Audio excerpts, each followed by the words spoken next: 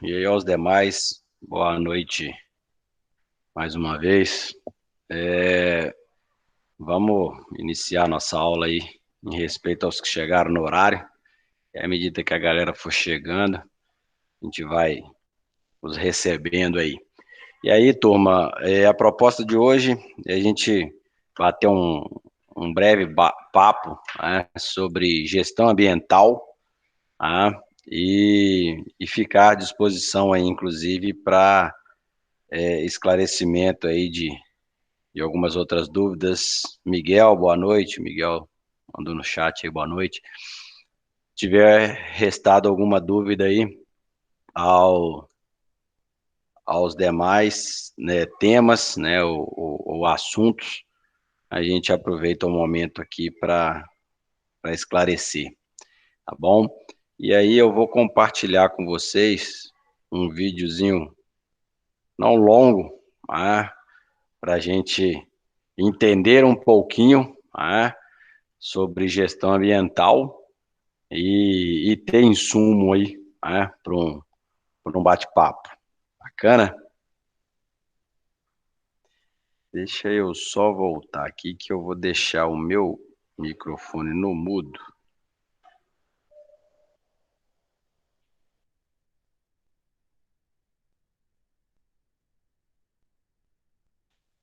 Vou deixar meu microfone no mudo aqui só para não atrapalhar. Acho que vai sair o som. Se tiver alguma dificuldade, vocês dão um alô aí, por favor.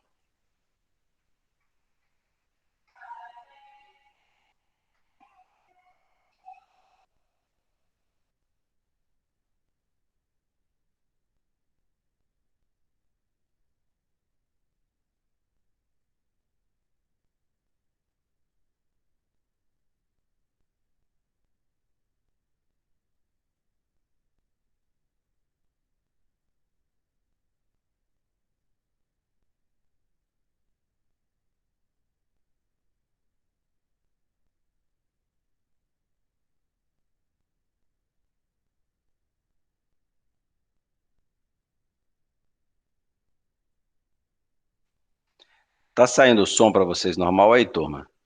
Só me posiciona, por favor. Da sua voz, tá? Do vídeo, não. É, do vídeo não. Não, então peraí. Então deixa eu parar de apresentar, que provavelmente deva ter uma outra forma aqui que eu tenho que apresentar com o som.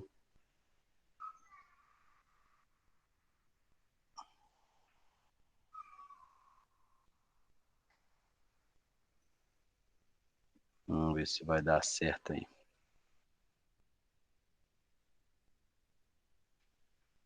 Para uniformidade de Estão ouvindo? procedimentos. Nesse contexto, há o surgimento de algumas normas e princípios Sim, ambientais, como, por exemplo, Agora saiu o som do vídeo? sim. Ah, bacana. Então vamos voltar do princípio aqui. Olá, meu nome é Tatiane e eu, Débora e Mariana estamos aqui hoje para falar sobre a norma ISO 14001. Em vista de uma demanda das empresas quanto ao modo adequado para o gerenciamento ambiental, a Câmara do Comércio Internacional, o ICC, publicou em 1991 a Carta de Princípios para o Desenvolvimento Sustentável.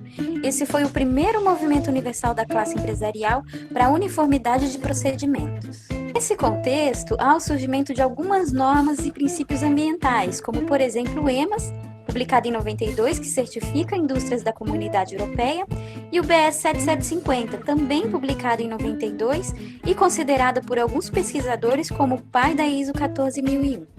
Mas antes de continuarmos a falar sobre a ISO 14001, vamos entender primeiro o que é uma ISO. ISO é uma sigla inglesa que, traduzida para o português, significa Organização Internacional para Padronização. Ela foi fundada em Genebra, em 1947, e possui mais de 110 países participantes. Ela tem como objetivo propor normas que representem um consenso entre esses países para igualar os métodos materiais e seu uso em todos os domínios de atividade. Depois de uma proposta de gestão ambiental na ECO 92, a ISO cria o Comitê Técnico 207, coordenado pelo Canadá e que se dividiu em 6 subcomitês, responsáveis pela elaboração da ISO 14000. O Brasil também participa da elaboração das normas por meio do GANA, que é o Grupo de Apoio à Normalização Ambiental, que foi criado em 94 e é vinculado à ABNT de normas técnicas. A série ISO 14000 teve sua publicação no ano de 96, e suas normas são divididas em 2 grupos, um deles voltado para a avaliação da organização e outro voltado para a avaliação dos produtos. Nas normas que estão voltadas para a avaliação da organização, está contida a ISO 14001, que é a única certificável da série ISO 14000.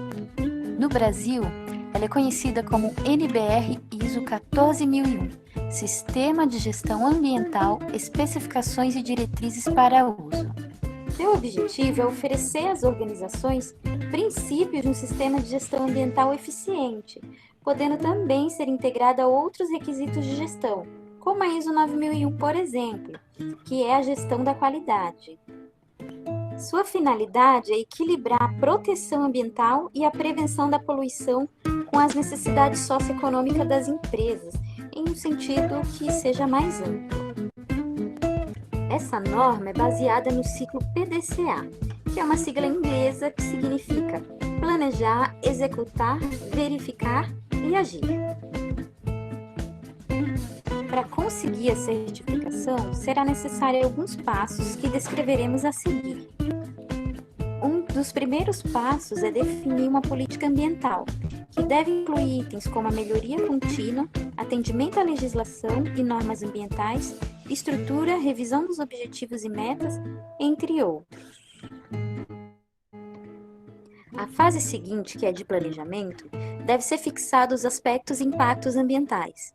Também deve ser definidos os requisitos legais e determinar quais serão os objetivos e metas a serem alcançados. A próxima fase seria de implementação e operação.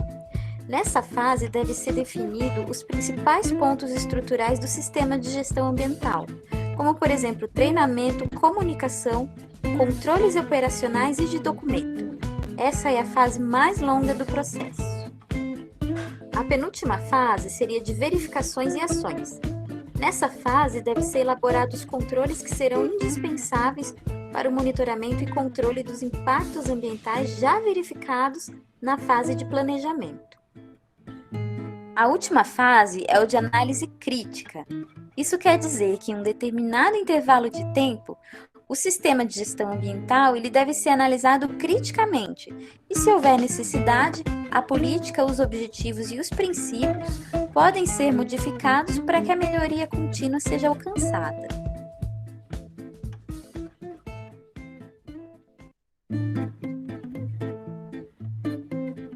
No andamento de uma certificação, estão compreendidas 3 entidades que descreveremos a seguir.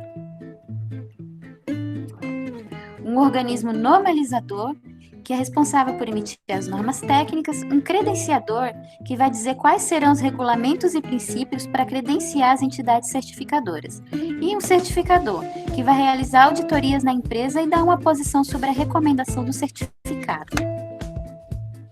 No Brasil, a gente tem os seguintes entidades: a ABNT, que é o organismo normalizador, o Inmetro, que é o organismo credenciador, e o BVQI do Brasil e a ABSQ, que representam os organismos certificadores aqui no nosso país.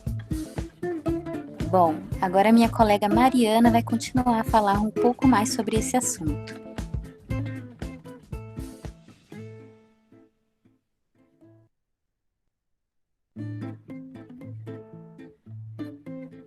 Olá pessoal, eu sou a Mariana e já explicada a ISO 14001, podemos aprofundar um pouco mais agora sobre as críticas positivas e negativas da norma e sua aplicação.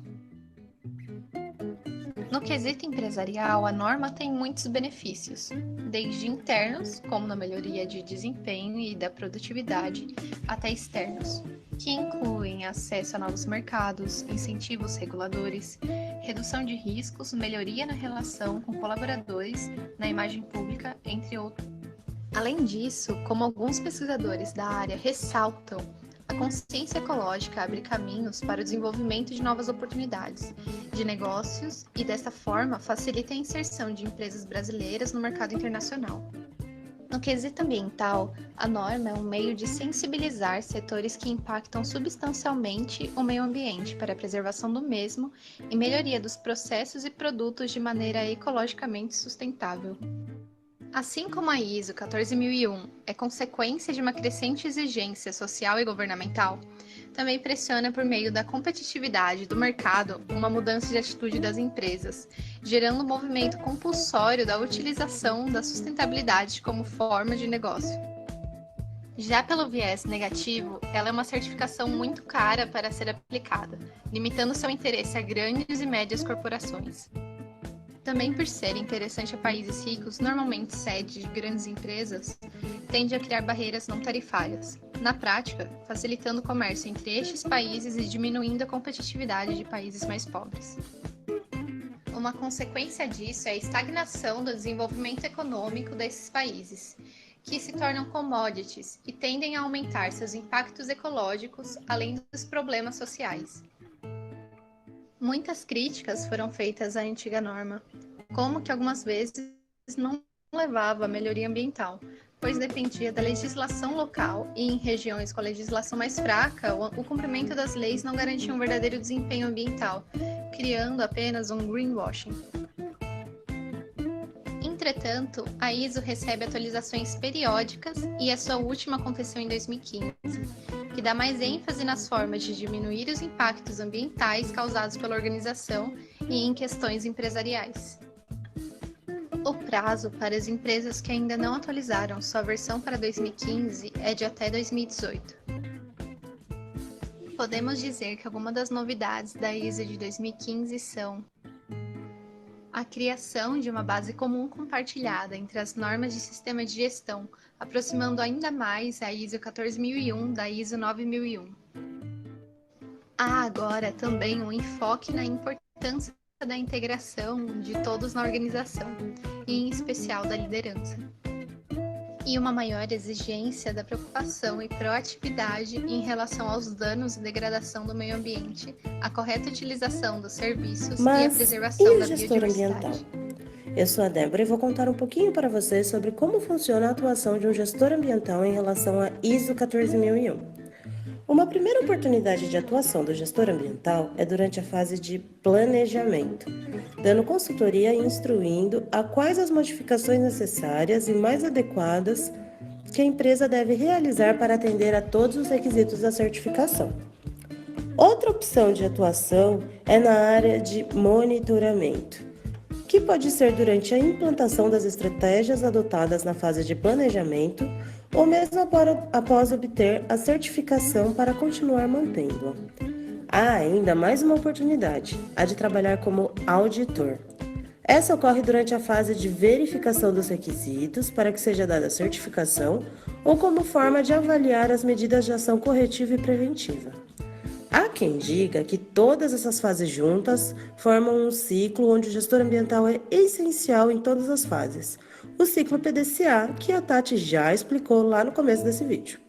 Segundo o Manual de Implantação Objetiva e Econômica da ISO 14001, o cargo de coordenador de implantação do Sistema de Gestão Ambiental é responsável pelas seguintes fases: implementar e manter o controle de documentos, manter registros de treinamento do Sistema de Gestão da Qualidade, implementar e manter o programa de auditorias do Sistema de Gestão Ambiental, coordenar a equipe de auditoria, implementar ações corretivas e preventivas e ainda é corresponsável por adequar atividades aos requisitos legais aplicáveis, conformidade com as exigências do Sistema de Gestão Ambiental da organização, monitorar processos chaves, coordenar o processo, resposta às situações de emergência, analisar criticamente o desenvolvimento do sistema de gestão ambiental.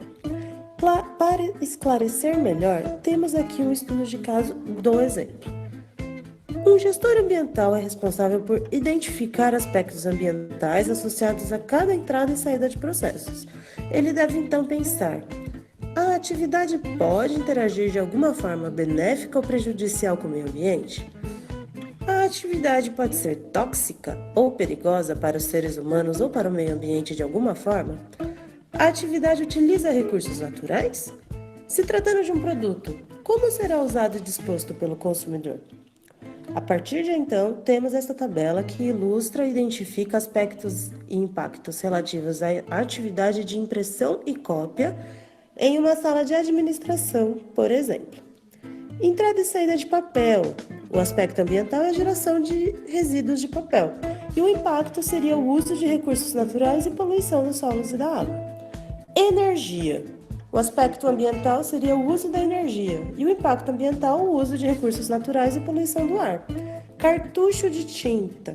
O aspecto ambiental seria a geração de cartuchos vazios que podem liberar produtos tóxicos, e o impacto ambiental a contaminação no meio ambiente sobre a saúde humana. É a partir da soma de várias análises como esta, desde pequenas atitudes como imprimir, até grandes ações, que a empresa pode elaborar uma política ambiental, que, quando bem implantada, com auxílio de um gestor ambiental, garante o atendimento de todos os requisitos e tem como consequência a certificação ISO 14001, que, mesmo não tendo força de lei, ela garante a permanência e competitividade e ainda aumenta o crédito da empresa em relação ao mercado de trabalho. Devido a todos esses fatos, chamamos ela de compulsória. Este foi o nosso vídeo sobre a ISO 14001 para a disciplina de Gestão Ambiental do professor Luiz Felipe. Agradecemos pela atenção e, caso você ainda tenha algum interesse em saber mais sobre o assunto, aqui estão as referências que utilizamos. Muito obrigada, tchau, tchau.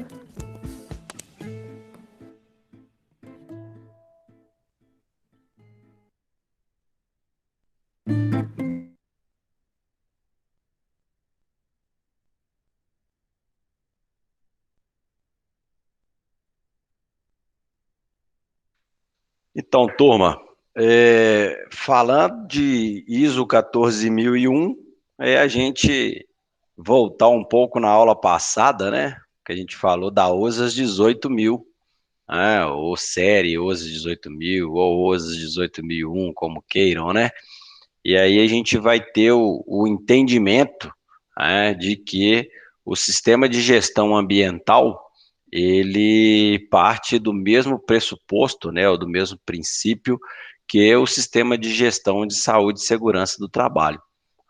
Então, a base, né, ou o fundamento principal, né, do sistema de gestão é garantir que a empresa atenda aos pré-requisitos, né, e minimamente cumpra o que está determinado na legislação, né, nacional, e quando esta ausente, né, em referências internacionais, que garantam, né, que o processo seja de menor impacto negativo possível, né, ao meio ambiente.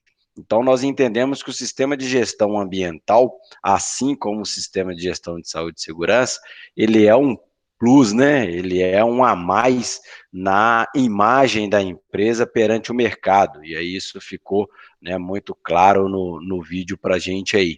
Bacana? É um tema muito, muito correlacionado, né, à aula passada. Então, quando a gente falar de sistema de gestão, seja de qualidade, seja de saúde e segurança, seja de meio ambiente, e este tem, né, o propósito de garantir uma evolução no processo produtivo, uma garantia de um processo produtivo eficaz, né, sem prejuízos para aquele tema ou temática, né, o qual ele defende ou ele trata. E, por fim, ele desprende, né, uma energia em prol de uma boa imagem. A gente entende que uma empresa que possui certificação na ISO 14001, é uma empresa que realmente ela zela pelo meio ambiente, é uma empresa que tem o que popularmente ouvimos falar, um processo produtivo limpo, né? Ou que seja aquele processo produtivo de menor impacto negativo possível ao meio ambiente. Bacana? Então, esse é um assunto, né, muito na linha da aula passada, que fica para a gente aí como exercício. E fica, né, referências aí que só a gente buscar, né, nas fontes que está lá no vídeo. Depois eu compartilho o link, tá, no grupo com vocês, se for o caso. A aula gravada fica, né, sempre disponível para a turma aí. Então, vamos ter aí grandes fontes de pesquisa para que a gente precise, né, ou que se a gente precise, no futuro tão próximo, a gente saber onde buscar. Bacana? E aí, eu vou deixar esses últimos 20 minutos aí, 25 minutos, na verdade, para que vocês tragam dúvidas, né?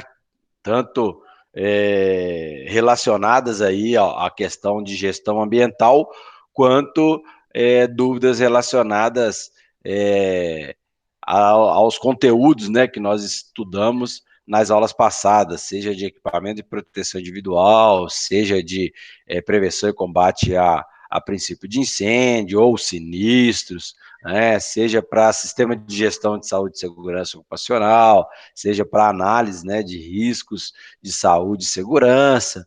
Então, fiquem à vontade aí para trazerem dúvidas, ou mesmo, né, uma troca de experiência aí.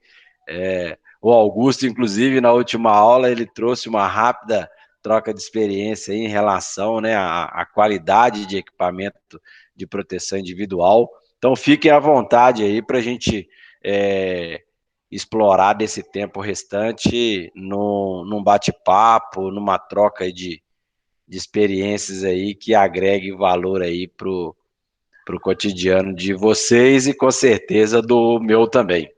Bacana? Fiquem à vontade.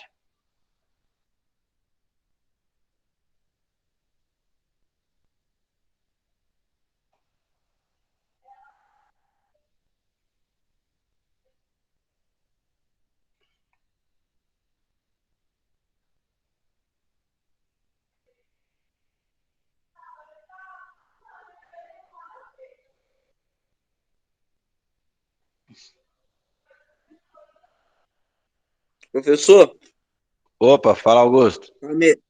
só vou terminar de comer um negócio aqui pra te fazer uma pergunta. Só que eu acabei de Tranquilo, chegar da rua, tô só a broca, só terminando de comer que eu te aviso. Te falo tranquilo, aqui. tranquilo.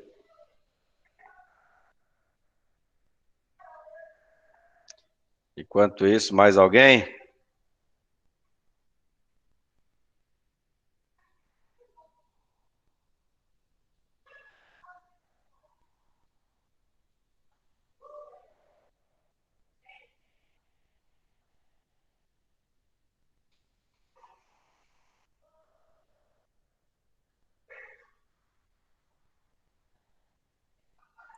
Tipo assim, professor, aconteceu comigo no final de semana, né? A resistência aqui em casa queimou. Aí era no domingo. Aí, no caso, não tinha como onde ir comprar. Aí o que que eu fiz? Tipo, pra não tomar banho gelado, não sei se isso é correto, tá ligado? Mas, tipo assim, eu só emendei ela onde tinha pocado. Tipo, funcionou, tá ligado? Eu tentei comprar outra, mas tá funcionando. Não sei se deve ser errado, mas, tipo, eu fiz, tá ligado? Pra não tomar banho frio, no frio que tava aqui. O que acontece, Augusto? Errado não tá, né? É o que costumamos chamar aí de paliativo, né? É, o ideal, né, realmente é que se troque a resistência, tá? Mas diante do cenário aí, era fim de semana, né? O comércio fechado, e aí você foi lá e deu um jeito. Me fez lembrar meu pai. O meu pai, eu era bem guri, ele tirou o telhado, né? Nossa casa, ela tinha um telhado sobre a laje, e aí ele tirou esse telhado e fez aquela que a gente chama de cobertura, né? Uma estrutura metálica, né? Por cima e tal. E, e na época não tinha instalação elétrica lá na, na, na, na, na cobertura da casa, né? E aí ele falou, não, pera aí que eu vou dar um jeito. Ele pegou uns fios de telefonia, né, e fez uma conexão por conta dele. E essa conexão que seria temporária, né, esse paliativo, inclusive, né, que seria temporário, ele durou até uns 2 anos atrás. Uns 2 ou 3 anos atrás. Isso não quer dizer que a resistência vai durar por muitos, muitos anos emendada aí, não. Mas é só uma lembrança que me veio aqui de que realmente acontece algumas situações que a gente vai para o paliativo e o paliativo dá certo, e aí esse paliativo dando certo, naturalmente ele nos conduz para uma zona de conforto, e essa zona de conforto nos abraça, né, nos recebe de uma forma tão magnífica que a gente não quer preocupar com outra situação, né? E aí a gente vai levando, e isso pode trazer alguns outros problemas, né? Então, voltando para o seu exemplo específico, como eu disse, errado de tudo não está. Só existe um cuidado que aí agora a sua resistência, como ela está emendada, a tendência, obviamente, é ela se romper, né? Ela pocar, como vocês dizem aí no Espírito Santo, tão breve, e aí você vai ter que ter a dor de cabeça, né? De ir lá no mercado, comprar uma resistência nova e trocar. E há quem diz, eu não tenho nenhuma base científica para isso, mas há quem diz que quando você emenda, né, a resistência, ou você cria uma condição aí de gambiarra, né, um paliativo na resistência, você emenda a resistência, ela faz com que o consumo do seu chuveiro aumente. Então, de novo, eu não tenho nenhuma referência técnica científica para isso, tá? Acredito fortemente ser verdade pelo fato dessa resistência ou esse dispositivo elétrico, né? Ele não está em suas condições normais, né? Pô, Edmilson, mas o fato de eu só emendar um pedaço de arame lá, eu estou alterando a característica? Sim, né? Porque quando eu faço essa amarração, eu estou gerando espaço, por menor que seja, né, entre a estrutura do componente. Né? Eu não tenho a resistência inteira. Então, pode ser que essa condição não seja mito, né, e seja verdade, e aí possa ter um consumo alterado. Não acredito ser um consumo, né, extraordinário aí de falar, caraca, a conta agora vai chegar e nós estamos mortos para pagar. Não acredito nisso não, tá, Augusto?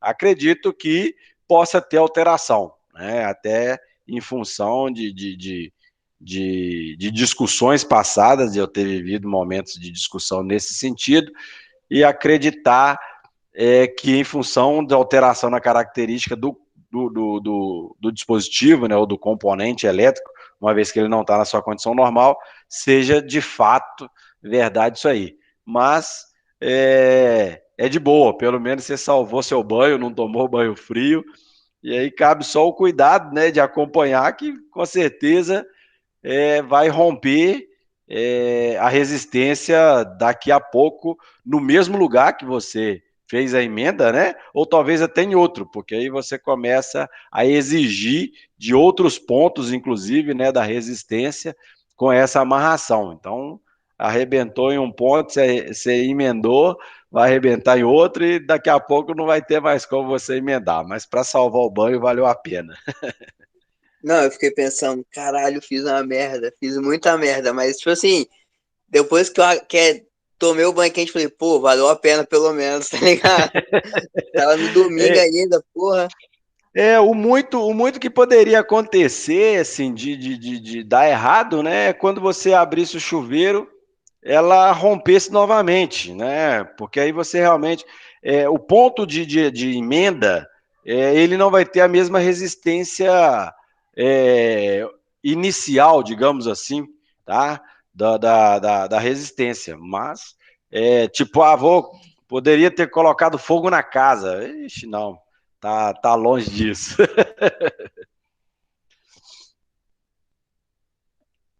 Bacana, show de bola, Augusto. Demais, turma?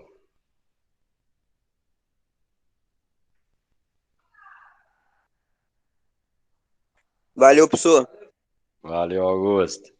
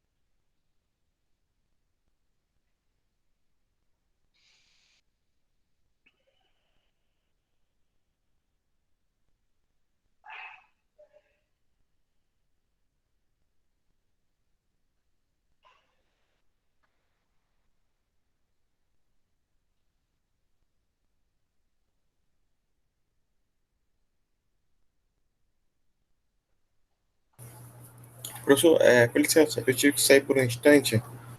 Está todo mundo em Tranquilo, silêncio Peter. por quê? Estamos aguardando aí a galera trazer dúvidas, Peterson. Se tiver Ah, dúvida da disciplina ou alguma experiência que queiram trocar aí conosco, né? Tanto com a turma quanto comigo. Então estamos aguardando aí para que venha dúvidas ou algum tema aí para discussão. entendi.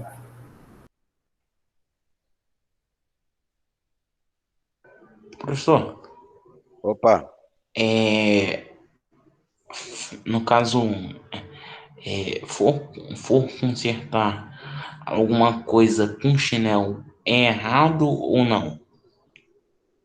ô Thales, não é o ideal, tá? Por que que não é o ideal? O, o chinelo, ele até pela espessura do solado, ele deixa o seu pé, né, ou o pé do usuário, muito próximo ao chão, né, sem a devida proteção. Por isso que orienta-se muito, né, que atividades com eletricidade sejam executadas com calçado fechado, preferencialmente, né, de material totalmente isolante. Tanto que em área industrial não se recomenda o uso, inclusive, das famosas botinas de biqueiras de aço, né? Pede que seja de poliuretano ou qualquer outro material não condutor de energia elétrica. Por quê? Porque a tendência, o Thales, numa descarga elétrica que o corpo humano sofre, é que a corrente elétrica procure o caminho mais curto para a terra, para o solo, literalmente.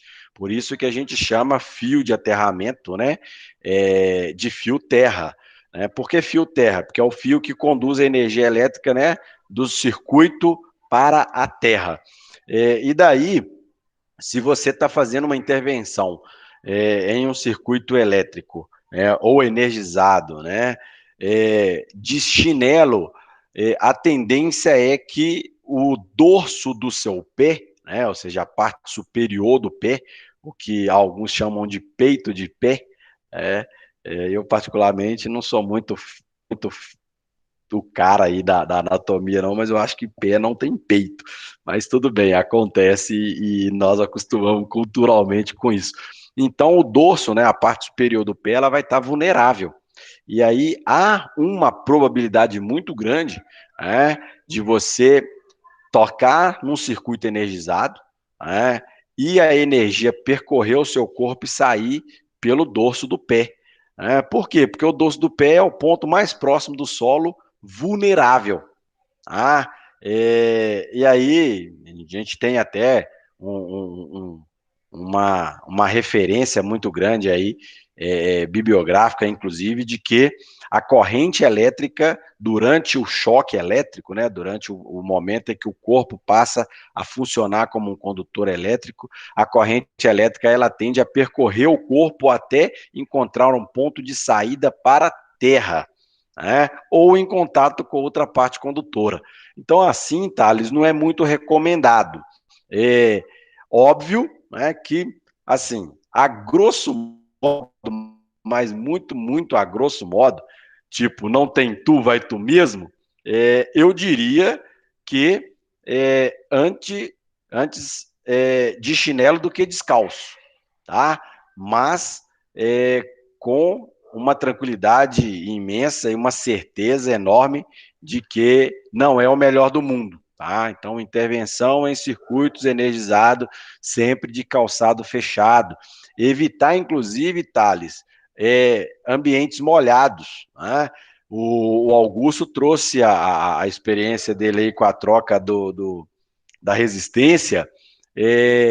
Espero, que no mínimo ele tenha ido lá e desligado o disjuntor, né, a alimentação elétrica do chuveiro. E o outro Isso eu cuidado é fiz. com. Não, isso aí. E o outro cuidado, Thales e Augusto e a turma, é com o ambiente, né? Às vezes o cara fala assim: ah, não, tá tranquilo, eu tô de tênis. Meu tênis é todo fechado, senão eu tô de sapato mesmo em couro fechado. Ou, às vezes eu tô até com uma bota adequada para fazer a intervenção no circuito elétrico. Só que o ambiente está úmido, o ambiente está molhado, né? E aí eu piso na poça d'água e molho o meu calçado. Se eu molhei o meu calçado, automaticamente eu estou impactando, né, ou interferindo, né, na resistência ou no isolamento desse calçado, tá? Então, de novo, não é o melhor do mundo, tá? Fazer manutenção, intervenção aí de chinelo é um negócio meio arriscado, tá bom, Thales? Ok, professor. Obrigado. Beleza. Professor, Opa, esse negócio aí que você falou de seco e molhado, lá na bota que eu devolvi que vai vir outra, tava lá, 500 volts seco. Tava escrito assim, né? Seco. hum, Só de curiosidade mesmo, assim. exatamente. Exatamente, Augusto. Por quê? Porque aí que essa indicação, né, de que a resistência dela suporta, né, ou o isolamento, na verdade, da bota, suporta até 500 volts em condição seca, né? Ou seja, se você trabalhar com ela em ambiente úmido, automaticamente a sua resistência, o seu isolamento será N vezes aí menor. Bacana, bacana. Mais alguém, turma? Dúvidas, choros ou lamentações, ou troca de experiência, né? Fique à Da vontade. minha parte, não, professor. Da minha parte, não. Não, tranquilo, Peterson. Lucas, Miguel, Ivan já disse que tá tranquilo, sem dúvida. Parte dele tá de boa.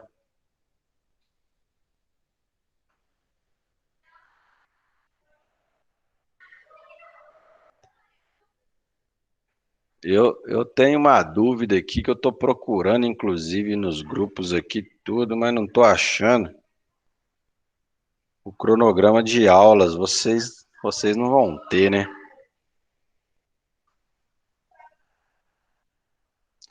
A- qual é o último dia de aula? Vocês sabem, não?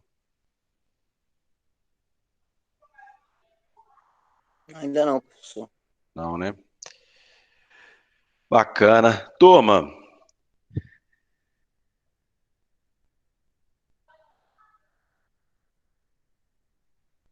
você teve por um. Beleza, tranquilo, ô, Ivan. Se você encontrar, quiser mandar no grupo lá, eu É só eu dar uma navegada, deve ter uns 7 grupos do Radier aqui. Ao menos nos 3 dele eu devo achar também. Eu vou dar uma olhada aqui também. Tá?